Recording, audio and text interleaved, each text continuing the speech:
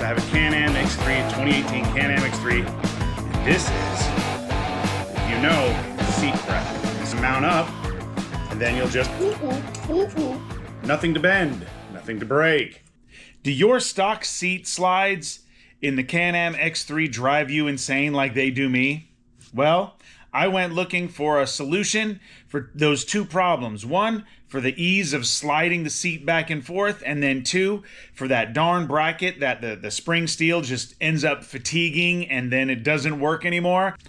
I bought a set of brackets from a man named Cooper Warren at Iconix Metalworks in North Carolina. I got them. I put them on. I went through the whole procedure so that you can see if that's something you want to do. Let's go check it out. And in this video, I am going to show you how to do the brackets with the brackets out, so you remove them completely off of the seat. And I'm also, towards the end of the video, going to show you how to do it with the brackets still on the seat. My nemesis, I have a Canam X3, 2018 Canam X3, and this is, if you know, the seat bracket. And this is the one that's supposed to help you slide it forward. It operates by these pins going in and out, and what happens is over the time, you go and you bend it out, and those pins aren't going to make contact with the seat rail, and your seat rail is going to slide forward and back. Iconix Metal Group, or Metalworks, I ordered their seat brackets. So let's check these out and see what it looks like. So let's see what we get. These were, I want to say, $150-ish shipped. I looked at the PRP setup, which is a much bigger setup, no doubt, than this is. But it's also $350 when you're all said and done. And PRP is local to me. These guys, they make these in North Carolina. So, cool. So let's check them out. Okay, so this, you get a packet of 2 of them for that $150-ish total price shipped. Okay. And so this has a plunger that you can see here. It pivots on a bolt that you can see here.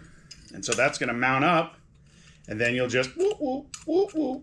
Nothing to bend, nothing to break. And it should operate. That operates beautifully. Love that. So what I imagine I'm going to be doing is cutting off this piece here, putting this piece over it. So it's going to be something similar to going like that. Boop. And it covers over it, mounts up, bingo, bango, bongo. Done. So let's do that. I'm also going to fix another problem with these darn things. I'm going to round out, because you know how you'll use this thing and then your seat won't move anyway? This isn't going to fix that. What does, go a size up hole on these bottom roller pins. Go a size up hole, and it loosens it up a little bit and allows the chair to smoothly slide on the seat rail. Okay, so we're going to drill out the 2 bottom holes. We're going to use a 5/16 drill bit, and we're going to go ahead and drill those things out.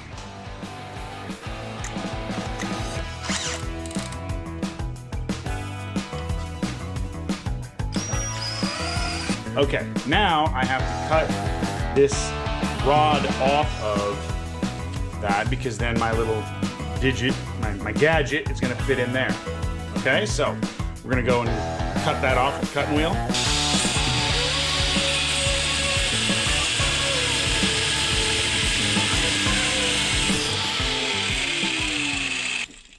Now we need to cut here with the cutting wheel.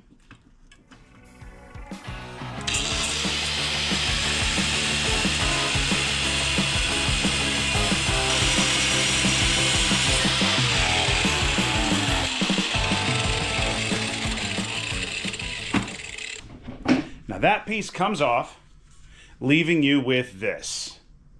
Let's see, is it this one? Yep.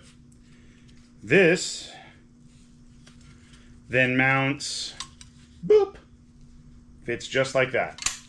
You know what I noticed? I have to drill this out. Okay, so this one's ready to mount up. It's been drilled out. Now I got to put the wheels back on and then mount it up. As you can see, I've got the top wheels in. It's mounted up. That's butter. And then you know you don't have to go further. It's all out. When you pull it, boop, completely disengaged. You can see there. You can see down here is engaged. Go back, nice and easy. Disengaged completely. Don't gotta force it, worry, anything. Done and done. And if you don't want to pull off the seat completely and you don't want to pull off the mounts, well, you can do that too. Same thing though. Pull the wheels, get this mount out. We're gonna cut the rod, and then we're gonna just cut that little piece, mount them on. Bingo bango.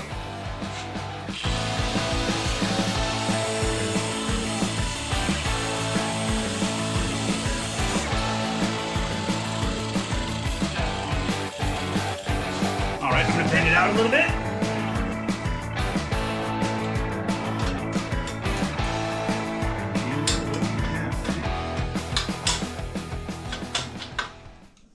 Use that old rod, get it to get some separation between it and the old stuff.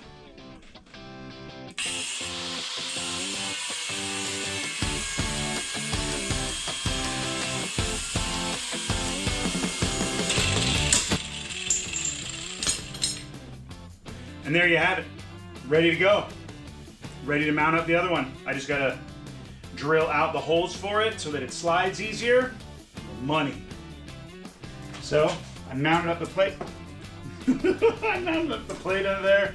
I was gonna say, barely put on the nuts at all, and then one of them pops off. So, I think that would be accurate, barely. And we will tin underneath. Just mounts up to where the wheels mount up. Oh, gorgeous. Done, done. Let's grab this one. So we put on the wheels first, then we put the rails through. So you might be wondering, how did it work? Let's see if I can do it standing outside of the car. Move the seat forward. I've never been able to do that in this car. Bloop, bloop. Beautiful. Locked, secure. Iconix, great job. I love your product. Thank you for making it. And I would advise you to take a look if you're struggling with your seats like I was. If you liked the video, please like, subscribe, share, comment, ask me any questions you might have.